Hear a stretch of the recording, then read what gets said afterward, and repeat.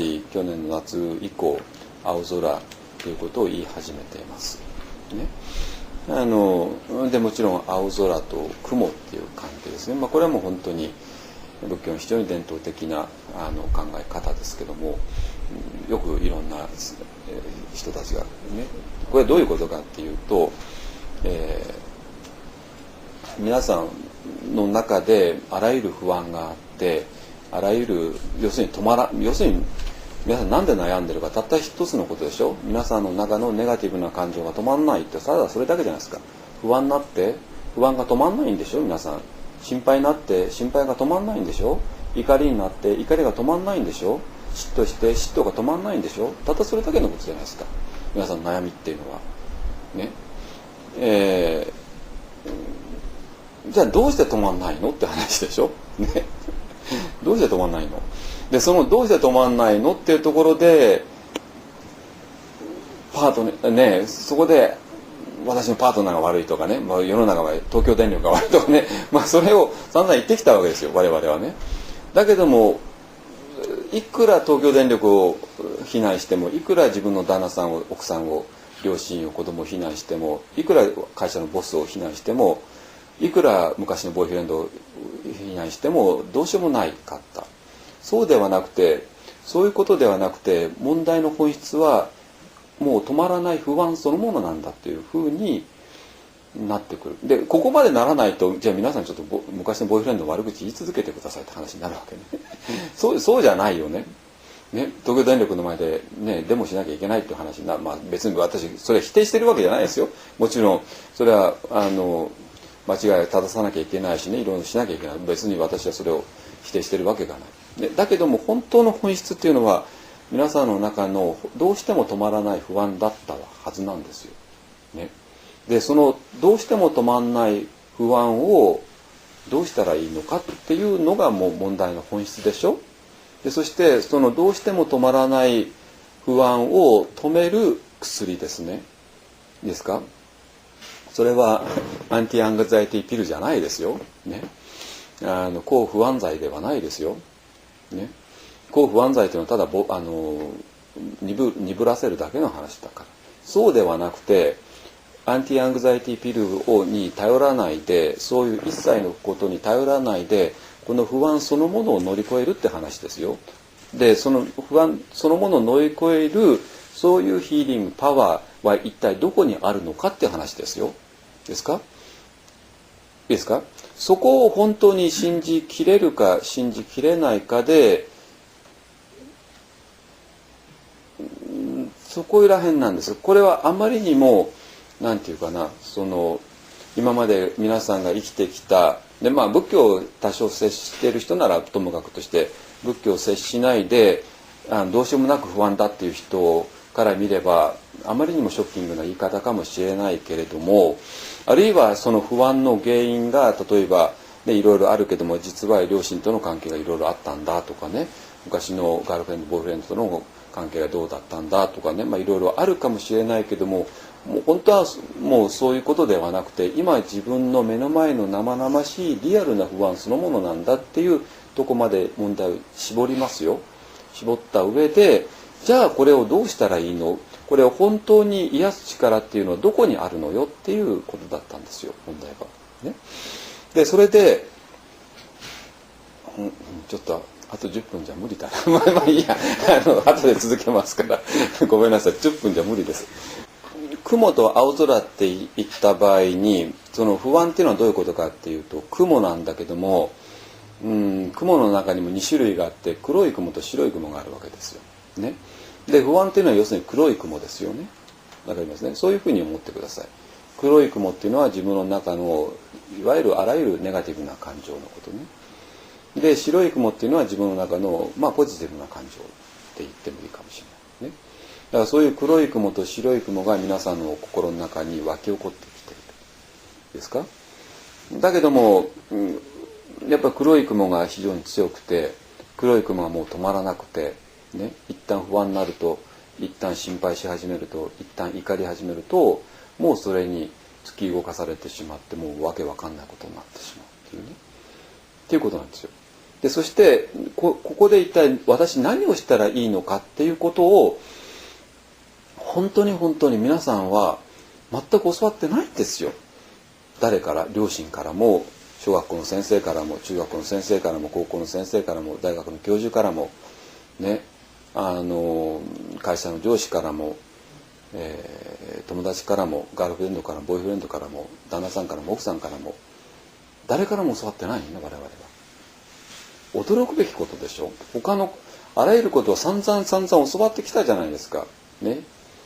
だけども本当に本当の肝心要のこと。だってそれは皆さんの一番苦しいことじゃないですか。ね。皆さんにとって一番苦しいことをどうしたらいいのかっていう一番大事なことじゃないですか。ね。不安になった時、この不安をどうしたらいいのかっていうことを実は誰からも教わってきてないっていうのが驚くべき現実ですよね。でそしてその不安をどうしたらいいのかっていう発想すらなかったってことね、散々話しましたけどもですね。結局ね、普通皆さんはどうなっちゃうかっていうと、皆さんが普通に生きている限りは皆さんの心の中で黒い雲と白い雲がただ湧き起こり続けているっていうのが皆さんのリアリティですね。いいですか。そして必死になってこの黒い雲が苦しいから何とかしようとしてあらゆることをしてきた、ね、黒い雲の原因にと思うことを何とかしようともしてあらゆることをしてきたけどもどうにもならないよねっていうことをしてきた、ね、じゃあどうしたらいいのよっていうところでいよいよ瞑想に入ってきて、ね、で、瞑想の実際は今から後でやりますけども、本当のね問題は結局この黒い雲白い雲が必死になってひっきりなしに起こり続けているところから少なくとも一旦は自由にならなきゃいけない。じゃあどうしたらいいのっていうところでいよいよ瞑想っていうのが出てくるわけね。そして瞑想呼吸を見るとか体の感覚を感じるとかっていうことを通して我々は一体何をしていようのかっていうと、呼吸を見ること自体が体の感覚を見るっていう体の感覚を見るっていうのは多分分かんないと思う。今からやりますから心配しないでくださいね。体の感覚を見たり呼吸を見たりすることで我々は少なくともこの雲っていうものから自由になれる、あるいは雲っていうものがない世界へ行ける。だけどこれは皆さんは今まで行ったことがないんですよ。行ったことがないの。だからピンとこないんです。皆さんが知っている幸せっていうのはせいぜい白い雲に過ぎないんですよ。ね。皆さんは黒い雲と白い雲と両方あったんだけど、皆さん人生の中で、ね、黒い雲に苦しめられたけども白い雲もあって、白い雲にちょっと幸せを感じたけども、だけどもあんまり長続きしないでっていうね、そんなところでごちゃごちゃ私らやってきたわけですよ。ね、で私らが今求めているのは真っ白な雲を求めてるわけじゃないんですよ。ね、最も白い雲なんていうものを求めてるわけじゃないんですよ。そうではなくて黒い雲でも白い雲でもない青空を求めてるわけね。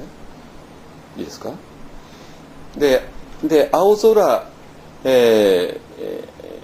にこれじゃあ青空ってピンとこないけど、今から青空に入っていきますから問題ない心配しないでくださいね。であるそういう瞑想メソッドを使うことでね、呼吸を見たり、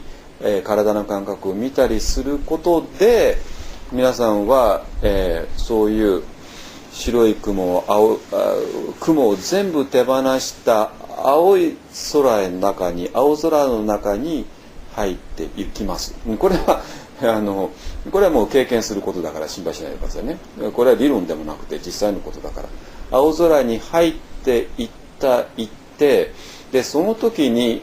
皆さんの立つ場所が違います。皆さんは今まで雲の中に生きてきて雲の中に立っていたのが、その雲が手放されたところで青空に立って、青空に立った時にのみ皆さんは全ての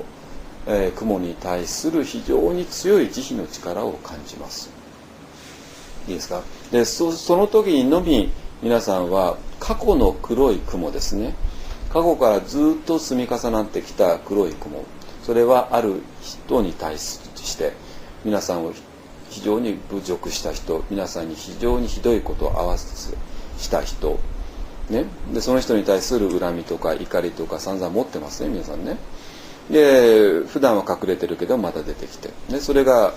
積み重なったものとしてあって、いいですか。でそれが皆さんを苦しめていて、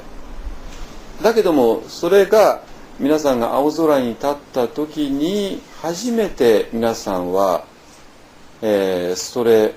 を本当の意味で、変容していくことができる、そのなんていうか解体していくことができる、本当の意味でその、過去から積み重なってきたいろんなネガティブな感情を本当の意味で、手放していくことができる。なぜ？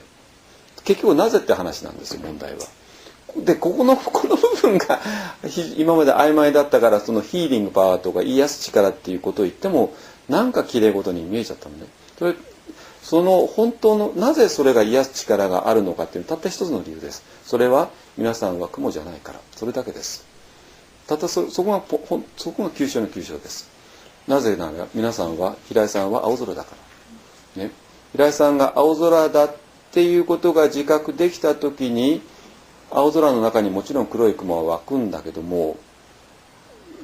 青空から見たら黒い雲なんか大したことないじゃないですか、ね、だから青空に立った時に初めて平井さんの中に湧き起こってくる、あるいは積み重なっていた黒い雲が解体していくのね。なぜ解体するのかっていうのは、黒い雲は平井さんではないからっていうことなんですよ。そこが癒す力っていうものの本質です。それは自分ではないからっていうところで、だけど今までは自分だったじゃないですかねある人に対する恨みとかね、それを我々は握りしめてたわけね。握りしめていて、握りしめるってどういうことですか。これを私だと思っていたってことでしょ、ね、で不思議なことに私ら何かの被害者なんですよ、当然ね。いろんなことされてるじゃないですか、我々はね。だけども自分は被害者だっていう立場に立ってたら私は一生被害者じゃないといけないのね。それは何も加害者を無罪放免にしろとかなんかそんなこと言って誤解しないでくださいね。そうではなくて我々は被害者だったかもしれない。だけどもそれを一生被害者である必要はないってことなんですよ。でなぜ？それは何か被害を受けたっていうのは黒いものです。黒い雲ですね。でそしてこの黒い雲を我々は自分だと思い込んだから、私は何とかの被害者ですっていうのが私らのアイデンティティになっちゃったわけね。ですか？だけどもそうである限り皆さんはずっと一生被害者なんですよ。で一生ずっと黒い雲で居続けなきゃいけないわけね。だけどそんなことである必要はなくて、皆さんは今すぐ被害者であることをやめられるんですよ。いつですか？皆さんが青空に立った時ね。青空に立った時、皆さんは黒い雲は私ではないってことが見えるから。